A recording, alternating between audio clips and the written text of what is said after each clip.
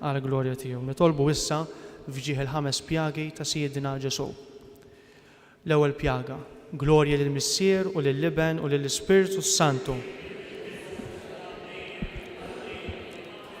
It-tieni pjaga, glorja lill-Missier u lill-Iben u lill-Ispiritu Santu. It-tielet pjaga, glorja lill-Missier u lill-Iben u lill-Ispiritu Santu. Ir-raba' pjaga, glorja lill-Missier u lill-Iben u lill-Ispiritu Santu. Il-5 pjaga, glorja lill-Missier u lill-Iben u lill-Ispiritu Santu. Għal-pjaga moħbija li ġarrab Ġesu fil-Passjoni, glorja lill-Missier u lill-Iben u lill-Ispiritu Santu. F'isem tal-Missier u tal-Iben u tal-Ispiritu Santu. Miġdiet nerġgħu nfakru li fis-sagristija hemm saċerdot disponibbli għal qrar.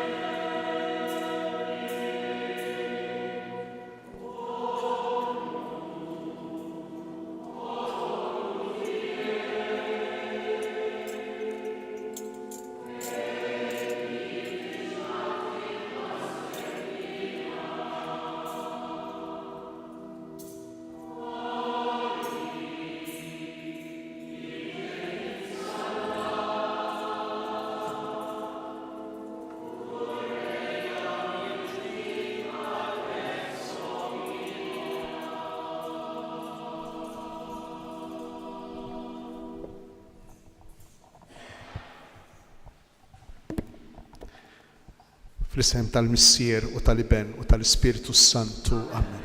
Il-grazzja ta' Sidna Ġesu Kristu, l-imħabba ta' Alla u l-għaqda fl-Ispiritu Santu tkun magħkom ilkoll.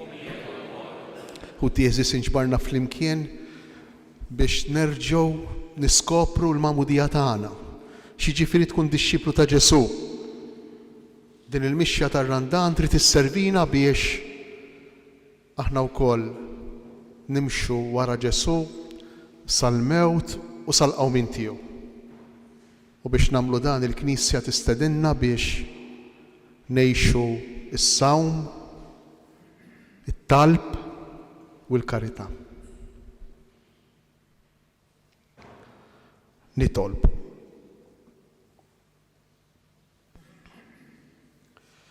Għatina mulej li nibdew bis-sawm imqaddes it-taħriġ għat-taqbida tagħna bħala dixxipli ta' Kristu.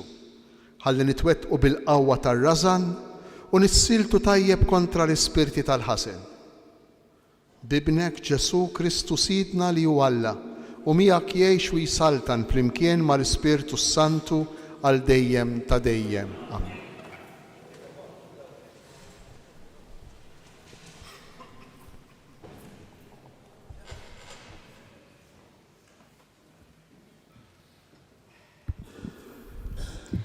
Qari mill-ktieb tal-Profeta Ġoel. Dan jgħid il-mulej: Erġgħu duru lejja biqlubkom kollha, bis-sawm, bil-biki u bl-ilfieq. ċartu qalbkom u mhux ilbieskom, u erġgħu duru lejn il-mulej, Alla tagħkom, għax hu twajjeb u ħanin, tqil biex inkorla u kollu tieba u jisobih għal ħażen. Min jaf jerġax jibdilu u jisobih u jħalli barka u rajħ offerta tal-ikel u tax-xorb lill-mulej Alla tagħkom? Doqqu tromba f'Sion, ordnaw sawma, sejħu laqam qazza, iġbru l-poplu, qazzu l-ġema, għajtu xjuħ, iġbru t-tfal u trabi tal-ħalib. Ħajoħroġ l-arus minn ġo kamartu u l-arusa mill-kmajra tagħha. Bejn il-portiku u bejn l-altar ħajibku il-qassisin għaddejja tal-mulej u ħajjgħidu: ħenna l-poplu tiegħek mulej u la tħallix il-wirt tiegħek jaqa' għaż-żebblieħ u jiġi fl-ilsien il-ġnus. L-għala għandu jingħad fost il-popli fejn hu Alla tagħhom u l-mulej ġitu għejra għall-art tiegħu għader il-poplu tiegħu.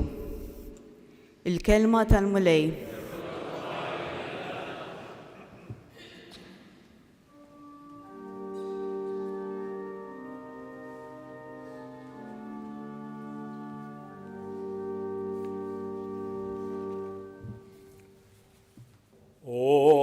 Alla henna lina għalix nibna. Alla henna lina għalix nibna. Ikollok nina minni Alla fit jubitek. Fil-kobor taħnina tiegħek ħassartiti, aħsilni kolli mill-ħtija tiegħi, naddafni mid-dnub tiegħi. O Alla henna lina għalix għax jiena rafhom ħtiti, id-dnub tiegħi dejjem qudiemi, kontrik biss jiena tnibt u dak li hu ħażin f'għajnejk għamilt. O Alla henna lina għalix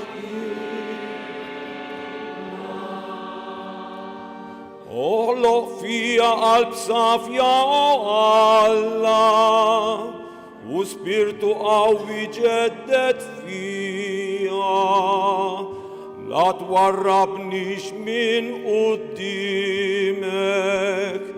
neħħix minni l-Ispirtu għad-distijek. O Allah, enna lin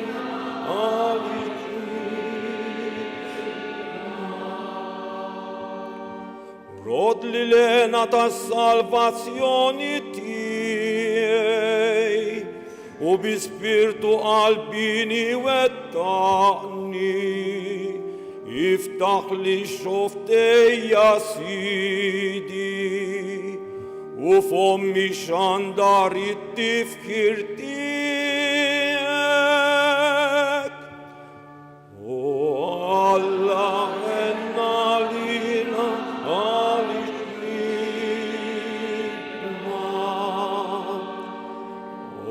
Allah enna lina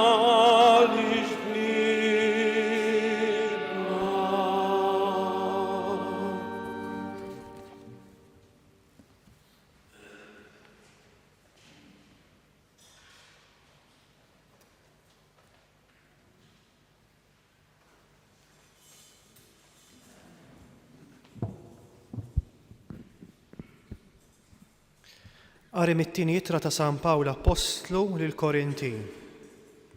Ħuti, aħna nagħmluha ta' ambaxxaturi ta' Kristu bħalli kieku Alla stess qiegħed isejjaħ permezz tagħna. Nitolbu fuq li nitolbu fġieħ Kristu. Ħallu lil Alla jħabbibkom miegħu. Dak li ma kienx jaf x'inhu dnub, Alla għamlu dnub għalina sabiex aħna nsiru fih ġustizzja ta' Alla. La darba qegħdin naħdmu fl-imkien ma' Alla, aħna mela nħeġġukom biex ma tirċevux il-grazzja tiegħu għal xejn. Għax hu jgħid fi żmien it-tajjeb smajtek, f'jum is-salvazzjoni għentek. Araw, issa huwa żmien it-tajjeb. Araw, issa huwa jum is-salvazzjoni. Il-kelma tal-mulej.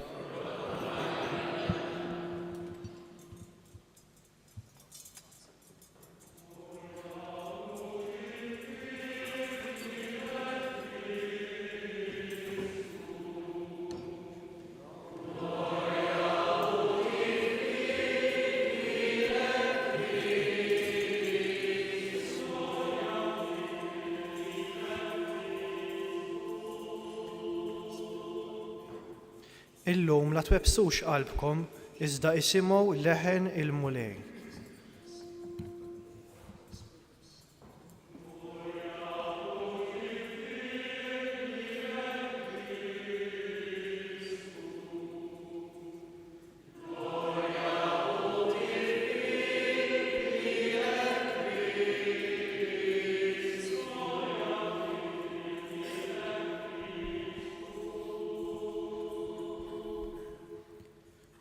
Il-mulej ma'kom. Qari mill-Evanġelju skont San Mattew.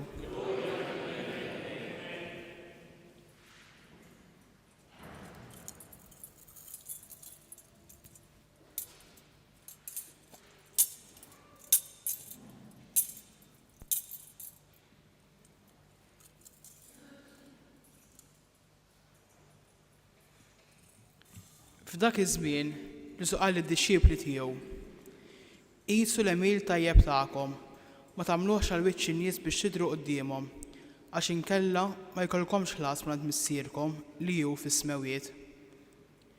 Mela, meta tagħmel karità, tmurx iddoqq it-trombi quddiemek kif jagħmlu dawk ta' wiċċ ieħor fis-sinagogi u fit-triqat biex in-nies tfaħħarhom.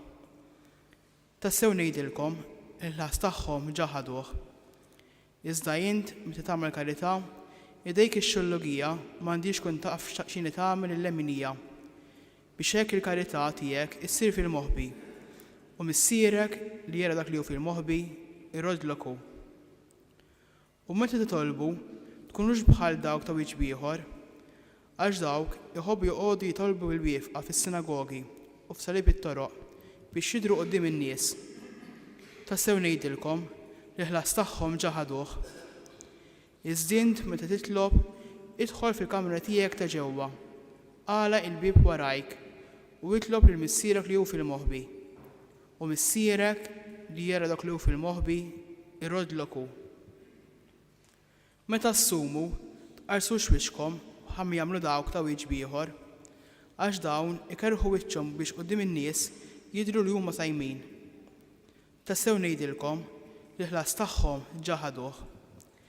Iżda int meta tkun sajjem idlek xarek u aħsel wiċċek biex mhux quddiem in-nies tidher li insajjem, iżda quddiem missierek li hu fil-moħħbi. U missierek li jara dak li hu fil-moħħbi irrodlok hu. Il-kelma tal-mulej.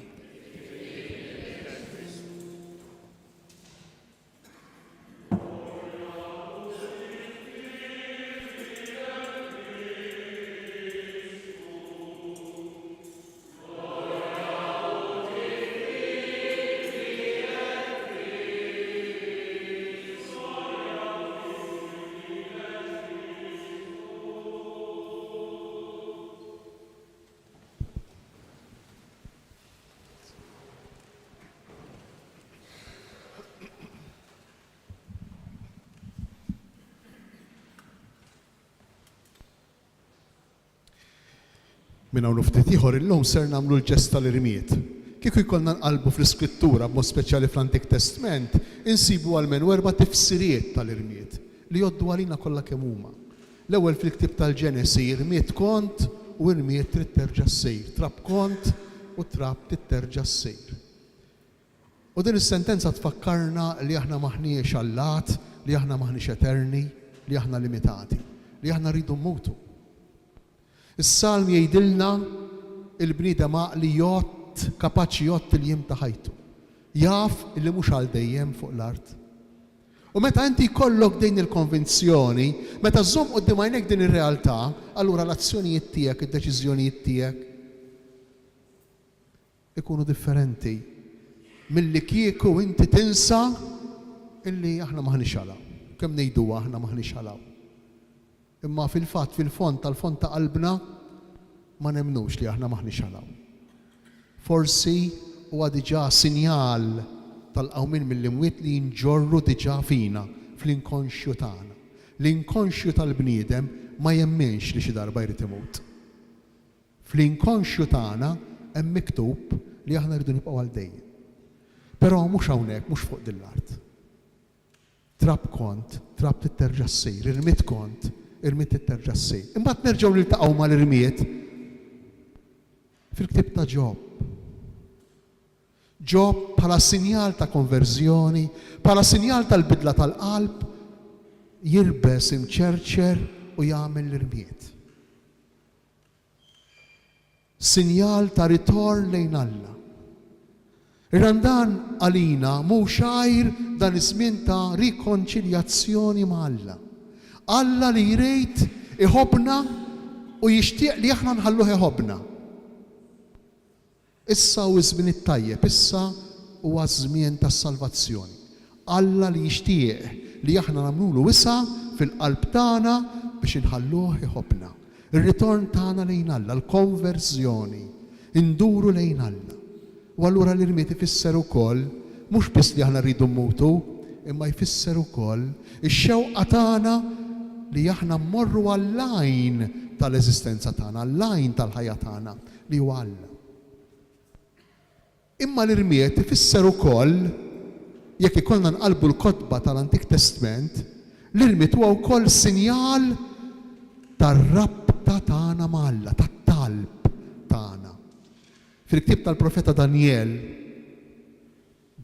flimkien mal-Lut fidili lejn Alla, jagħmlu l-irmiet propju fil-mument meta huma jidħlu f'intimità ma' Alla. Mela l-irmiet ma jfissirx biss bħal fil-każ ta' Ġob, inħallu warajna d-nubiet, inħallu warajna l-ħażen, nindmu minn dnubietna, imma jfisser ukoll ir-rabta tagħna ma' Alla, t-talb tagħna. Daniel u sħabu meta jiġu biex jitolbu, meta jiġu biex jinaqdu jintrabtu ma' Alla, jagħmlu l-irmiet fuq rashom. It-talb huwa muri allura ukoll f'dan il-ġest li aħna ser nagħmlu llejla. It-talb u msemmi wkoll fil-Vanġelu tal-lum flimkien mas-sawm u flimkien mal-karità. Imma minn barra Ir-rabta tagħna ma' Alla, l-irmiet ifisser ukoll ir-rabta tagħna mal-oħrajn. Nitolbu lil Alla għall-oħrajn. Hekk tagħmel Ester, fil-ktieb propju msemmi għalija l-Ester, meta trid tidħol quddiem is-sultana Asweru biex tidħol quddiem ħuta l-oħrajn il-Lut biex ma jeqridhomx. Ili kienet ir-reġina, ili kienet Ludija. Tagħmel l-irmiet u s-sowm Ester. Imma mhux biss biex titkellem mal-Alla, biex titlob ma' Alla, biex titlob lill-Alla, imma fuq kollox biex titlob għall-oħrajn, biex tinterċedi għal poplu Ludi, għal-ħuta. Mela l-irmiet jorbotna ukoll mal-oħrajn. Mela dan is-sinjal li ser nagħmlu minn hawn ftit ieħor ifakkarna fir-realtà tagħna. L-ewwel qabel kollox, aħna bnedmin limitati, ħolqien illi maħniex għalaw, irmiet kont u irmiet titterġa' ssejr. Ifakkarna wkoll l-irmiet fil-konverżjoni. Irridu nħallu warajna l-ħażen, id-nubiet. U għaż-żmien dan iż-żmien tar-randan li qegħdin nibdew, illi fih aħna rridu nagħmlu mixja mill-egoizmu tagħna, mill-interessi tagħna, mixja lejn Alla. Noħorġu minna nfusna, inħallu il-bniedem il-qadim tagħna biex nersqu iktar lejn il-ħallieq tagħna li minnu niddependu. Imma l-irmiet huwa wkoll sinjal ta' talb, sinjal ta' momenti ta' rabta, ta' intimità mal-mulej, mod speċjali fis-sena li qegħdin niddedikaw fil-pjan pastorali tagħna dwar it-talb u r-rikonċiljazzjoni. U l-irmiet, kif diġà semmejna, huwa wkoll sinjal ta' rabta mal-oħrajn. Ġesu fil-Vanġelu jgħidilna kif għandna ngħixuh ir-randan. Kif dan l-irmiet irid isejjer il-ħajja tagħna ta' kuljum. Bit-tliet opri li l-Lut kienu iħadmu, kienu jeżerċitaw fil-ħajja reliġjuża, fil-ħajja spiritwali tagħhom. Is-sawm, it-talb u l-karità. Ġesu jibda mill-karità. Idek il-leminija ma tkunx taf x'inhi tagħmel ix-xellugija. Il-karità nagħmluha fil-moħħbi, ma nagħmluhx għal wiċċ ħadd ieħor. Forsi l-lejla aktar milli nistaqsu għaliex għal xiex nagħmlu l-karità, jew għal xiex x'inhi r-raġuni għalfejn nitolbu, jew għal xiex x'inhi r-raġuni għalfejn insumu. Forsi l-lejla rridu nistaqsu jekk aħniex nagħmlu karità, jekk aħniex nitolbu, jew jekk aħniex insumu. Il-karità. Il-karità tfakkarna illi il-bniedem ikun bniedem tassew, ikun iben ta' Alla tassew, mhux meta jakkumula, mhux meta jiġbor u jġemma lieh, imma meta jagħti, imma meta jaqsam mal-oħrajn. Dakinhar ikun il-bniedem tassew. U b'dan il-mod ikun qiegħed jagħmel dak li jfisser l-irmiet. L-irmiet jorbotna, jaqqatna maħutna. Ir-raba tifsira tal-irmiet fl-Antik Testament. Il-karità lilna ixxebbaħna tagħmilna nixbħu lill-Alla l-Missier, illi hu karità kontinwa. Tantu kbejr fil-karità Alla l-Missier li mhux biss ta' lilna tagħna lilna nfusna, mhux biss tagħna kull ma aħna u kull ma għandna, imma saħansitra tagħna lill-Ibnu l-waħdini. Meta aħna nagħmlu karità, inkunu tassew nirritornaw, nerġgħu lura għall-identità vera tagħna, għal dak li aħna tassew. U liet ta' dan il-missier twajjeb li jtella x-xemx tiegħu u jibgħat ix-xita tiegħu fuq it-tajbejn u fuq il-ħżiena. Il-karità. Jgħidilna l-Vanġelu, jgħidilna Ġesu, toqgħodx iddoq it-trombi meta tagħmel karità. Imma għamel karità. Għamel karità, nagħmlu karità. Qed ngħixu fi żmien fejn ħafna naħsbu kulħadd jaħseb għalih innifsu. Kollha kemm aħna naħsbu għalina nfusna. Kważi kważi ħadd m'għadu jagħti każ ta' ħadd ieħor tal-bżonnijiet tal-oħrajn. Ir-randan iħeġġiġna biex inħarsu madwarna, naraw lil ħudna li huma fil-bżonn u nippruvaw ngħinuhom, nagħmlu karità. Namlu karità biex inkunu nixbħu lill-missier tagħna tas-sema li hu għani fil-ħniena, li hu ġeneruż. Imma Ġesu jitlobna wkoll minn barra li nagħmlu karità, jitlobna Ġesu biex nitolbu. U jgħidilna meta iħeġġiġna t-talb biex nidħlu fil-kamra tagħna ta' ġewwa. Interessanti għax kif ikollna mmorru għat-test oriġinali, Ġesu qiegħed jistedinna biex nidħlu fil-kamra tal-imbarazz. Fid-dar tagħna normalment ikollna l-kamra tal-imbarazz. U f'din il-kamra tal-imbarazz ikollna kollox. Nistorjaw dak li għandna bżonn forsi għal-għada, għal-ġimgħa d-dieħla, impoġġu x-xirja, imma mhux biss. Impoġġu anke l-ħmieġ fil-kamra tal-imbarazz. Dak li ma rridux nuru nagħtu lill-oħrajn, dak li meta jidħol ħaddieħor iridu naħbuh u nattuh. Xi ġifieri tidħol fil-kamra tal-imbarazz u titlob minn ġo din il-kamra tal-imbarazz. Titlob mill-profondità tal-persuna tiegħek. Titlob mill-fond tal-identità tiegħek. Titlob mill-verità tiegħek. Għax hemmhekk hemm il-verità. Dik hija l-verità, ix-xewqat tiegħek għall-futur, il-biżgħat tiegħek, id-dnubiet tiegħek, id-djufijiet tiegħek, dak li inti tagħti u taħbi. Minn hemmhekk irid joħroġ it-talb. Għax aħna niddependu minn Alla. Għalfejn m'għadniex nitolbu llum? Għalfejn ftejt għadhom jitolbu llum? X'inhi r-raġuni? Għax inħossu li nistgħu nkampaw weħidna jew aħjar, għax inħossu li titlob jew ma titlobx xi xorta waħda. Min fejn ġejja din? Ara taħsbu li ġejja mill-fidi, le? Ġejja ħafna iktar qabel mill-fidi. Illum min għadu jitlob xi ħaġa lil xi ħadd. Illum ma titlob xejn lil ħadd imma tħallas lil kulħadd. Illum biex tieħu xi ħaġa titħallas. Saħansitra anke tfal lill-ġenituri. Għadhom isibu ġenituri lil min jitolbu it-tfal tagħna. Għadhom isibu ġenituri lil min jitolbu it-tfal tagħna. U jekk tonqos din id-dipendenza saħansitra daqshekk primittiva, daqshekk oriġinali, allura nittelgħu aħna mingħajr ma nindunaw bl-idea li titlob jew ma titlobx xorta waħda. Illi Alla forsi qiegħed hemm imma aktarx mhux hemm. Forsi għax il-ġenituri forsi qegħdin hemm u forsi aktarx mhumiex hemm. Araw kemm ġejja mill-bogħod, kemm ġejja mill-bogħod tal-istorja tagħna din id-djufija fil-ħajja tat-talb. Ir-randan jerġa' lil kull wieħed u kull waħda minna iħeġġiġna biex nindunaw li hemm xi ħadd li qed jagħtina l-ħajja li jżommna ħajjejn li niddependu minnu. Li iwa qiegħed hemm jismana kull meta nitolbuh qiegħed hemm biex iwa jagħtina dak li aħna għandna bżonn, forsi mhux dak li aħna rridu, imma dak li aħna għandna bżonn qiegħed hemm biex jagħtihulna. Għalhekk il-ħtieġa tat-talb, il-ħtieġa ta' relazzjoni ma' dak li huwa lajn ta' dak kollu li aħna, ta' dak kollu li għandna. Dan it-talb ħireġ propju mill-kamra tal-imbarazz, mill-profondità tal-persuna tagħna.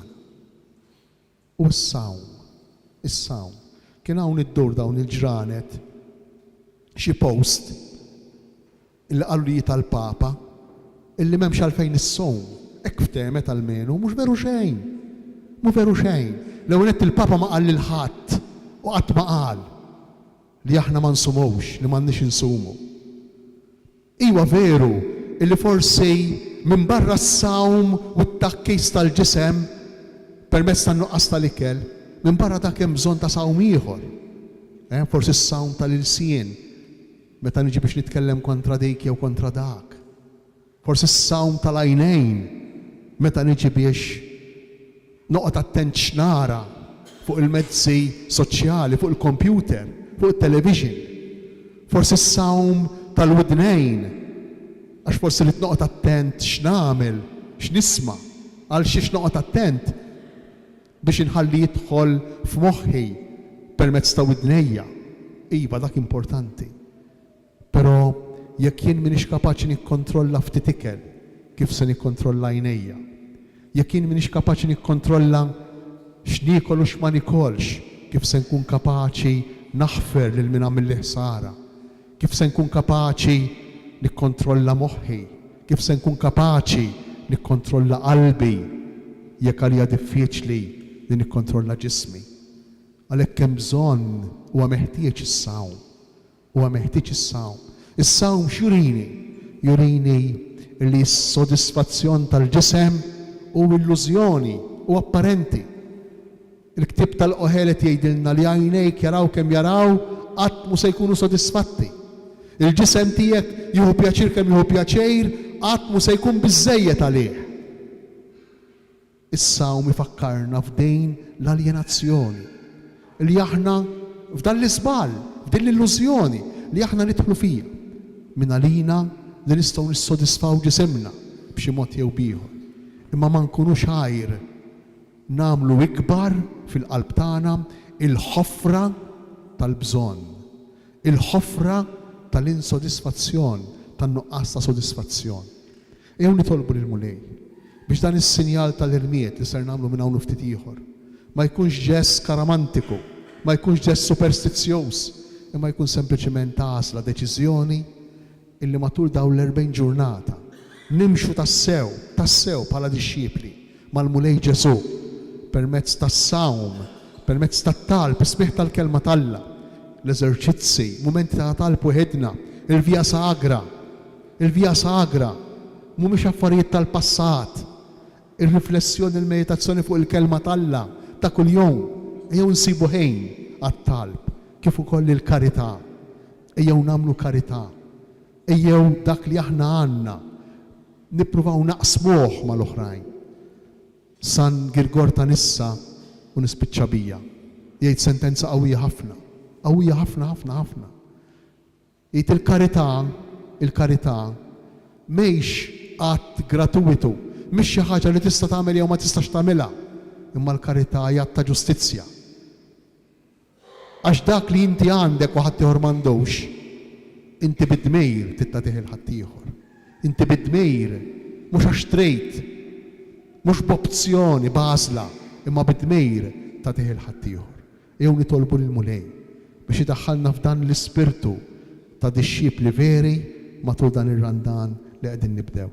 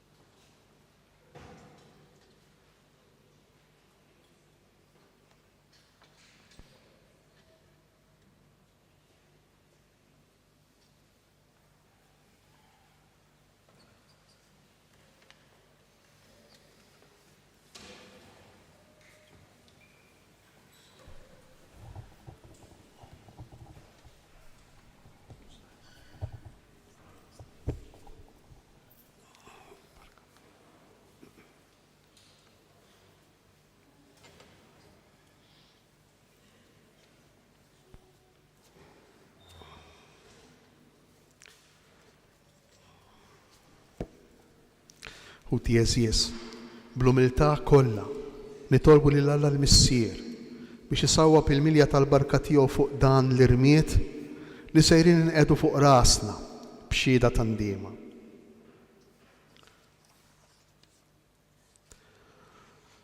O Alla, int ma tridx il-mewt tal-mitne, iżda li jindem minn dnubietu, fit-tiba tiegħek isma' t-talb tagħna u bierek dan l-irmiet li sejrin inqedu fuq rasna. Aħna li nafu li aħna trapp u lejn it-trapp nerġgħu mmorru.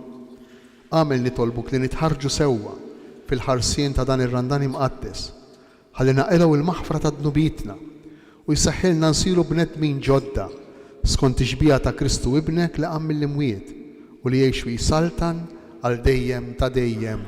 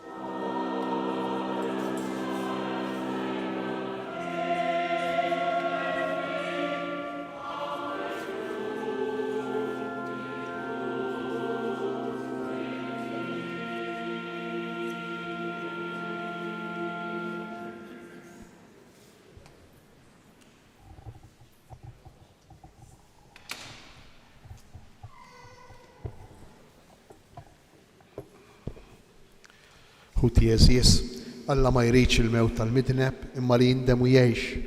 B'qalbna nidma nresqu qudiemu dawn it-talbit tagħna fil-waqt li ngħidulu mulej għatina l-Ispirtu Qaddis tiegħek. Mulej għatina l-Ispirtu Qaddis tiegħek. Biex il-poplu Nisrani jgħix l-impenn tar-Randan billi jagħtu widem bil-fidi għall-kelma tiegħek nitolbu. Mulej għatina l-Ispirtu Qaddis tiegħek. Biex il-bnedmin kollha jilqgħu l-istedina ħajamlu ħbieb miegħek u bejniethom għax issu huwa żmien tas-salvazzjoni nitolbu. Mulej għatina l-Ispirtu Qaddis tiegħek. Biex dawk li birdu fil-fidi u jgħixu l-impenn Nisrani b'mod superfiċjali jerġgħu lura lejk qalb ġdida nitolbu. Mulej għatina l-Ispirtu Qaddis tiegħek. Biex fil-waqt li nsumu u nagħmlu għamejjel ta' penitenza aħna nagħtu xhieda vera ta' fraternità mal-membri foqra tal-komunità Nisranija tagħna nitolbu. Mulej għatina l-Ispirtu Qaddis tiegħek.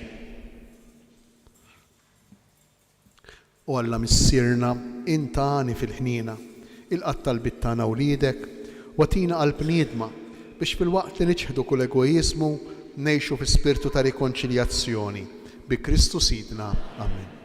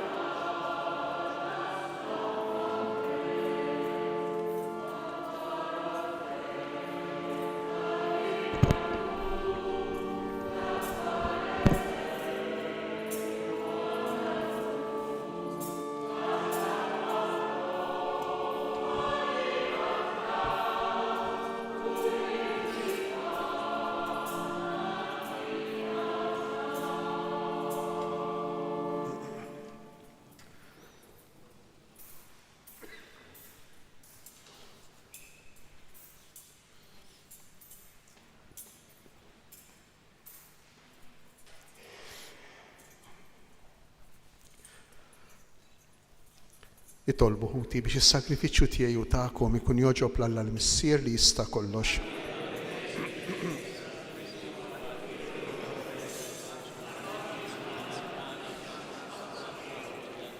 B'sollenità kbira mulej sejrin nofrulek is-sakrifiċċju fil-bidu tar-randan. Nitolbuk li b'emil tandiema u imħabba inrasnu fina l-ġibdiet ħsiena u li tnatfu minn dnubitna ħalli nitħejjew kif jixraq biex niċċelebraw il-passjoni ta' Kristu ibnek li jgħix wisaltan għal dejjem ta' dejjem. Il-mulej magħkom, nerfgħu qlubna l fuq, nissu ħajr lil mulej Alla tagħna. Sewwa u xiraq tas-sew mulej, missier qaddis Alla ta' dejjem li tista' kollox, tajjeb u taġita għalina li dejjem u kullimkien inroddulek ħajr. Bit-takkis ta' ġisimna intrażżan fina drawwiet ħżiena. Terfalna ruħna lejn is-sema, tqawwi fina drawwiet tajba u troddilna l-ħlas tal-ħajja ta' dejjem bi Kristu Sidna. Bih faħru l-kobor tiegħek l-anġli, ħiqmuk id-dominazzjonijiet, jitredu qudiemek is-setat, il-kol ferħana jfaħruk is-smewiet mas-serafini u l-qawwiet tas-sema. Flimkien ma tagħhom ilqa' nitolbuk it-tifħir tagħna waqt li magħhom bil-qima intennulek.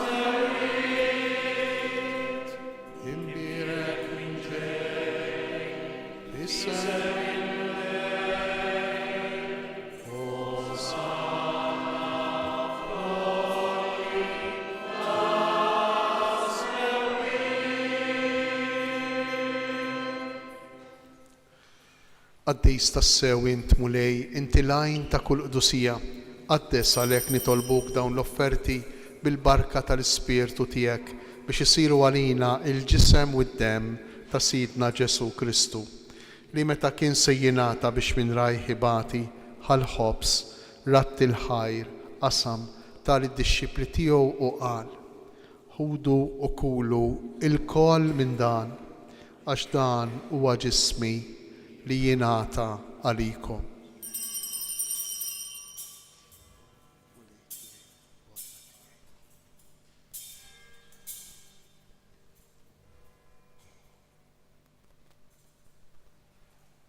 Ekk ukoll wara l-ikla ħal-kalċi reġa' ratt il-ħajr tal-disċipli tiegħu u qal: ħudu u ixorbu minnu il-koll, għax dan huwa l-kalċi ta' demmi tal-patt il-ġdid li jibqa' dejjem, id-demm li jixxerret għalikom u għall-bnedmin kollha għal maħfra ta' dnubiet. Għamlu dan b'tifkira tiegħi.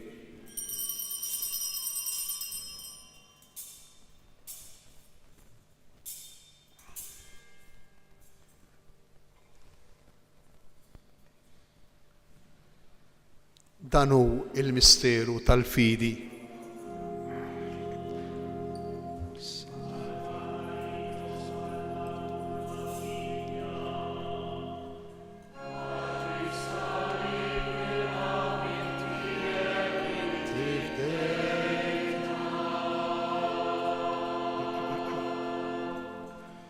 Għalhekk aħna nagħmlu dan b'tifkira tal-mewt u l-qawmien ta' Sidna Ġesu Kristu, nofrulek mulej il-ħobs tal-ħajja u l-kalċi tas-salvazzjoni u nroddulek ħajra xogħġbok tilqana hawn quddiemek biex naqduk.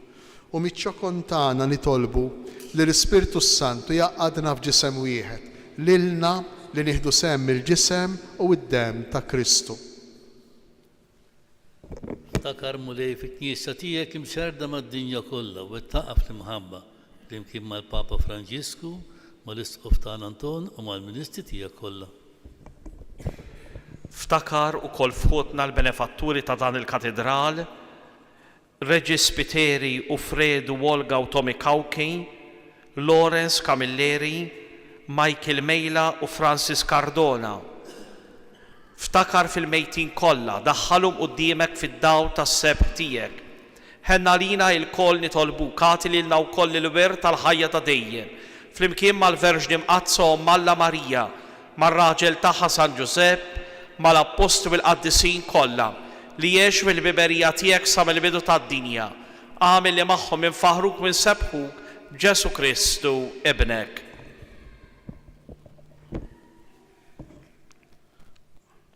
Bi Kristu, ma' Kristu u fi Kristu jingħata lilek Alla missier li tista' kollox flimkien mal-Ispirtu Santu kull ġieħu glorja għal dejjem ta' dejjem. Amen. Ejjew nitolbu kif allimna u ridna nagħmlu li ben ta' Alla għas-salvazzjoni tagħna. Missierna li inti fis-smawiet, jitqaddes ismek, tiġi saltnatek, ikun li tritient kif fis-sema hekk fl-art. Ħobsna ta' kuljum atina llum, aħfrilna dnubitna bħalma naħfru lil min hu ħati għalina. Iddaħħalniex fit-tiġrib, iżda ħlisna mid-deni. Eħlisna nitolbuk mulej minn kull deni. Atina fit-tieba u l-ħnina tiegħek il-paċi fi żmienna biex inkunu ħielsa dejjem mid-dnub u mħarsa minn kull inkwiet. Aħna u nistennew u nittamaw lejna u l-miġja tas-Salvatur tagħna Ġesu Kristu. Mulej Ġesu Kristu li qed lill-apostli tiegħek inħallilkom isliem natikom isliem tiegħi. Tħarix lejn dnubitna, iżda ħares lejn il-fidi tal-Knisja tiegħek. Għatija slim u laqda li jien trid fija, int li tgħix fis-saltan għal dejjem ta' dejjem. Il-paċi tal-mulej tkun dejjem magħkom. Għatu l-paċi lil xulxin.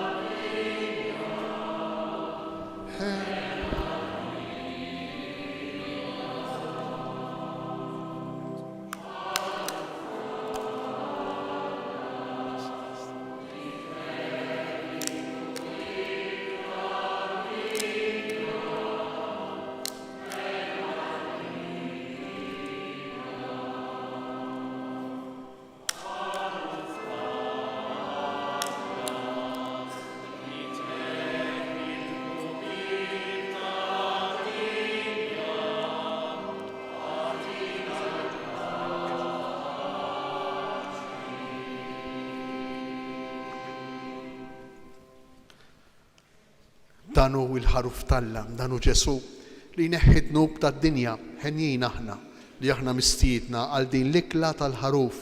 Mulej ma jisħoqlix li tidħol taħt is-saqaf tiegħi, istejt kelma waħda u ruħi tkun infej.